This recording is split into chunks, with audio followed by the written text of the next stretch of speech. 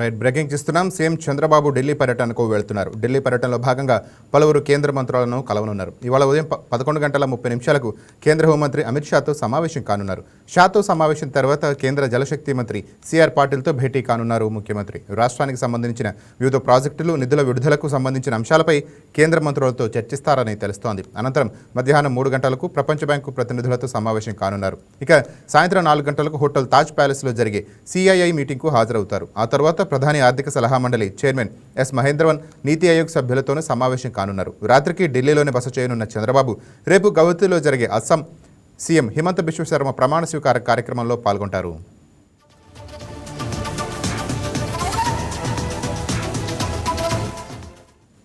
రైట్గా దీనిపై మరింత సమాచారం మా కరస్పాండెంట్ హారిక ఫోన్ ద్వారా అందిస్తారు. రైట్ హారిక, చెప్పండి, సీఎం ఢిల్లీ టూర్ పైన అప్డేట్స్ ఏంటి?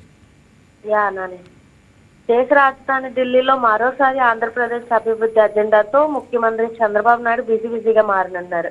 రాష్ట్రానికి పెట్టుబడులు, కేంద్ర నిధులు, ప్రాజెక్టులు ఆమోదం లక్ష్యంగా సీఎం ఢిల్లీ పర్యటనకు ప్రాధాన్యత సంతరించుకుంది.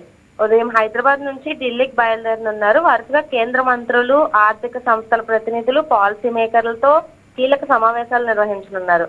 ఈ పర్యటనలో అత్యంత కీలకంగా భావిస్తున్న భేటీ కేంద్ర హోంమంత్రి అమిత్ షాతో జరగనుంది.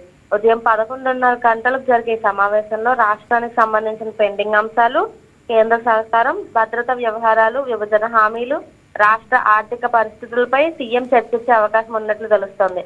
ముఖ్యంగా అమరావతి నిర్మాణం, పోలవరం, కేంద్ర సహాయ ప్యాకేజీలపై కూడా చంద్రబాబు ప్రత్యేకంగా ప్రస్తావించే అవకాశాలు కనిపిస్తున్నాయి. అనంతరం జలశక్తి శాఖ మంత్రి సిఆర్ పాటిల్తో సీఎం భేటీ కానున్నారు. ఈ సమావేశంలో పోలవరం ప్రాజెక్టు పురోగతి గురించి, తాగునీటి ప్రాజెక్టుల గురించి, వాటి నిధులు, గోదావరి కృష్ణా జలాల వినియోగం, రాష్ట్రంలో పెండింగ్ లో ఉన్న నీటిపారుదల అంశాలపై కూడా చర్చించనున్నారు. ఏపీకి నీటిపారుదల ప్రాజెక్టులు అత్యంత కీలకం కావడంతో ఈ భేటీపై అధికార వర్గాలు ఆసక్తి నెలకొంది.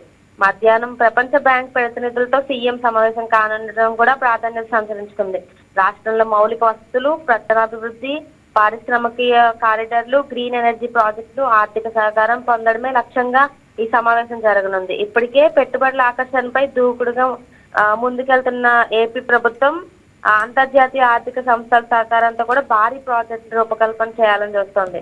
సాయంత్రం జరగనున్న సిఐఐ బిజినెస్ సమ్మిట్ లో సీఎం పాల్గొనబోతున్నారు. రాష్ట్రంలో పెట్టుబడులకు అనుకూల వాతావరణం, ఇండస్ట్రీ ఫ్రెండ్లీ పాలసీలు, డేటా సెంటర్లు, ఎనర్జీ, గ్రీన్ ఎనర్జీ, పోర్ట్ ఆధారిత పరిశ్రమలు, ఐటీ రంగ అవకాశాలు, దేశీయ అంతర్జాతీయ కంపెనీలు ముందుంచే అవకాశం ఉందని విశాఖ, అమరావతి, అనంతపురం, శ్రీకాకుళం ప్రాంతాల్లో అభివృద్ధి ప్రాజెక్టులపై కూడా సీఎం ప్రెజెంటేషన్ ఇచ్చే అవకాశం ఉంది.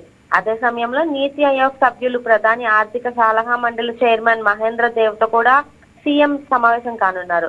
రాష్ట్ర ఆర్థిక పునర్నిర్మాణం, ఉపాధి అవకాశాలు, పెట్టుబడుల పెంపు, పరిశ్రమల విస్తరణ, కేంద్ర రాష్ట్ర సమన్వయంపై కీలక చర్చలు జరగనున్నాయి. ఆంధ్రప్రదేశ్ దేశంలో వేగంగా అభివృద్ధి చెందుతున్న రాష్ట్రంగా నిలపాలనే లక్ష్యంతో చంద్రబాబు వరుస భేటీలు నిర్వహిస్తున్నారని అధికార వర్గాలు చెప్తున్నాయి. మొత్తంగా చూస్తే ఢిల్లీ పర్యటన కేవలం మర్యాదపూర్వక సమావేశాలకు పరిమితం కాకుండా రాష్ట్ర భవిష్యత్ అభివృద్ధి, పెట్టుబడులు, కేంద్ర నిధులు, మౌలిక వసతులు, ప్రాజెక్టులకు సంబంధించి కీలక చర్చలకు వేదికగా మారనుంది. కేంద్రంతో సమన్వయం పెంచుకుంటూ రాష్ట్రానికి గరిష్ట ప్రయోజనాలు తీసుకురావడమే చంద్రబాబు యొక్క ముఖ్య ఉద్దేశం. ప్రధానంగా పోలవరం, అమరావతి, రైల్వే జోన్ వంటి అంశాలపైన స్పష్టమైన హామీ తెచ్చే అవకాశం ఉందా? ఈ రోజు దాని గురించే ముఖ్యంగా భేటీ కానున్నారు. ఈ పోలవరం ప్రాజెక్టుల గురించి, అలాగే ముఖ్యంగా నీటి పారుదలపై కూడా ప్రధానంగా అంశాలు చర్చించే అవకాశం ఉంది. సో ఈ వాటర్ జలశక్తి గురించి మరింత సమావేశం, దాంట్లో రాష్ట్రంలో పెండింగ్ లో ఉన్న నీటి పారుదల అంశాలపై కూడా ఎక్కువ చర్చించే అవకాశం ఉంది.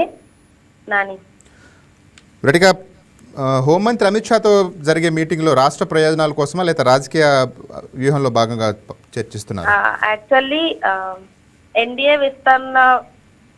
ఎన్డీఏ భాగస్వామ్య పార్టీలతో సంబంధాలు మరింత బలోపేతం చేసుకునే దిశగా అయితే సీఎం అడుగులు వేస్తున్నారు. ఎక్కువ రాజకీయంగా కూడా ప్రాధాన్యత ఇచ్చుకుంటూ, అట్లాగే రాష్ట్రానికి కూడా మరిన్ని అవకాశాలు తెచ్చే ఈ భేటీలా మారనుంది. Thank you Harika.